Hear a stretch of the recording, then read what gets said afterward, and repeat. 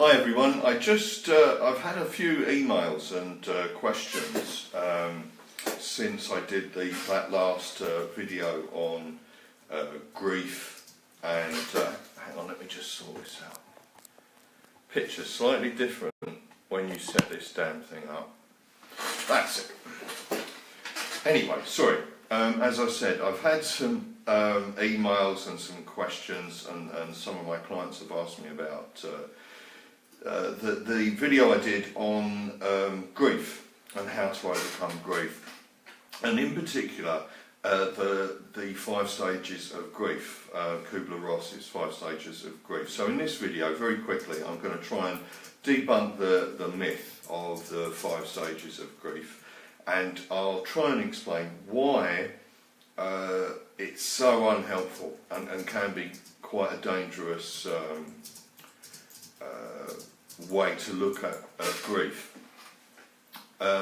Basically, when someone that you love dies, it tells you a lot about how you've lived your life and about your relationship with people. It gives you a nice cold injection of reality, and at that moment, in that chaos after you lose somebody that you love, you're at your most vulnerable.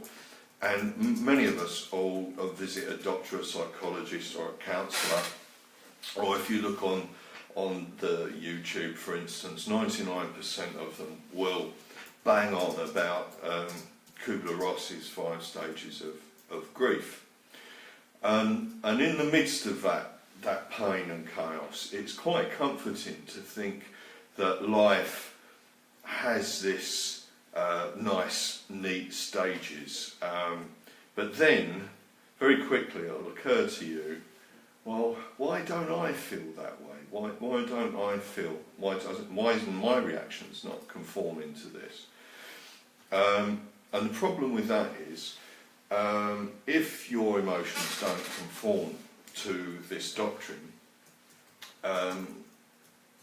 it's very likely that you'll end up getting a prescription for some kind of psychotropic drug.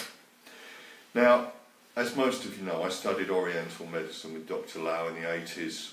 I'm a life coach, and I am the author of Quantum Mechanics for Your Soul, How to Repair Yourself and Save the World at the Same Time.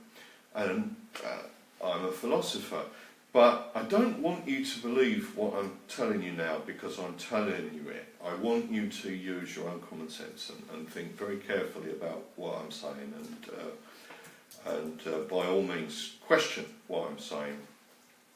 By the end of this video, you will have a better understanding of grief and how it fits in as a part of life, and you'll have a scientific reason to believe in your own reactions, the dignity of your own reactions.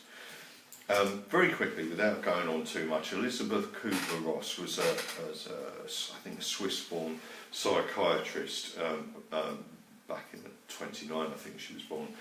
And she worked, when she came to America, she worked with terminally ill patients, and she created the 5 stages, when she published a book on death and dying in '69, she created this myth of the 5 stages of grief, which is, if I can remember it correctly, denial, anger, bargaining, depression, and eventually acceptance. And that really kind of brings us to the first problem with the whole thing. Now, when everybody bangs on about this, the problem is Kübler-Ross was talking about how people react to the process of dying. She was dealing with terminal patients. She wasn't talking about, at first, certainly within the book, she wasn't talking about how people react when they have lost someone they love. So that's the first problem, that we're using this theory off prescription.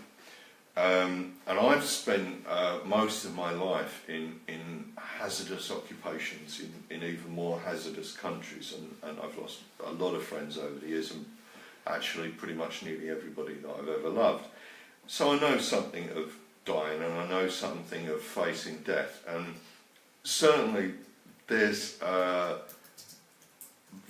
one glaring problem with Kübler-Ross's prescription or assessment of the process of facing death. I wonder if anybody can think of it. If you can think of a better mistake than I can, please put it in the comments. Because the big howler is fear. The one thing that everybody faces when they're facing death is fear. So obviously there's something wrong with this theory. The thing is, hang on a minute, before I get lost and just go waffling on, let me just quickly check my notes on the back of this email. The other important point is that you need to bear in mind that in the last half of the 20th century, institutional science became a new religion. Why do I say that? Well, just at the time that religions kind of died when everybody was becoming atheists, institutional science teaches the dogma of neo-Darwinian theory, and that basically says that our life, what appears to be life, is purely the product of the chemicals and the neurons in our brain, that your life is just contained entirely within your body, and when you die, it's just like a machine being switched off. We're basically biological robots, and to a great extent, certainly when she wrote the book, Kübler-Ross was following this dogma, the idea that we are just machines and we react in a mechanical way.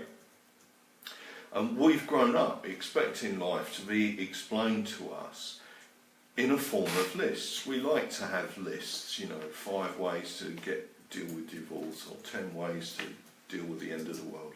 We like lists because we like to see life in that way, that it's something measurable. But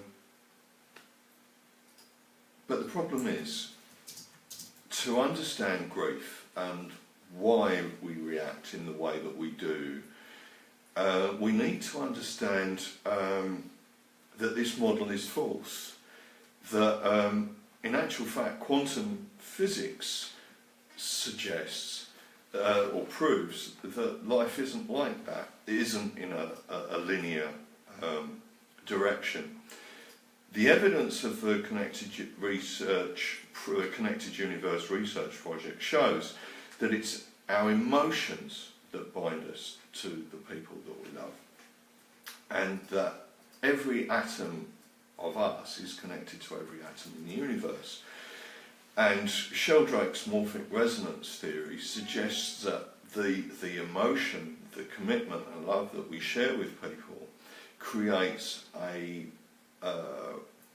if you like, a subatomic field, a connection. We create a subatomic group.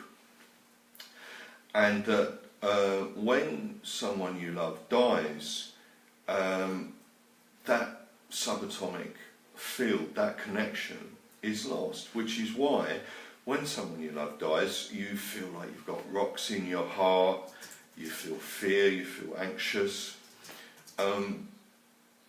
your relationships change, you feel disorientated, but deep in your heart, at the same time, you still feel that connection.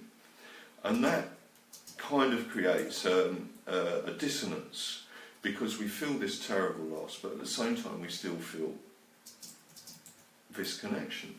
So it's really, really vital that you give death the dignity and awe that it deserves. You need to be kind to yourself and give yourself space to grieve, because it's not something that will ever be fixed. You are inevitably going to be fundamentally different. This is the experience of death is something that you can't unsee.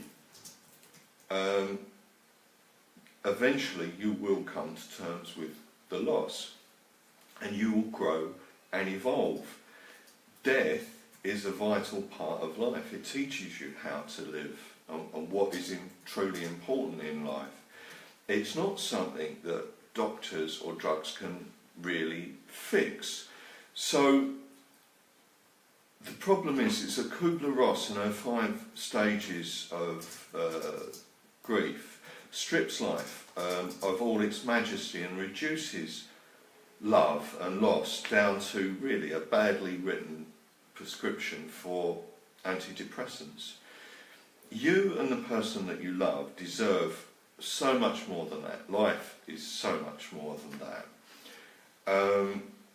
The problem, and this is the thing that worries me, is that when as I mentioned at the beginning, when our reactions don't conform to this 5 stages, we tend to think there is something wrong with us, or we tend to think that we should just get over it. People tell us to just move on, and inevitably doctors suggest drugging us, and the problem, or trying to drug us back to some kind of normality. And the danger of that is once you take psychotropic drugs, it's very hard to come off them, and it's very, very hard to tell the difference between your reactions and your deeper connection and your deeper self.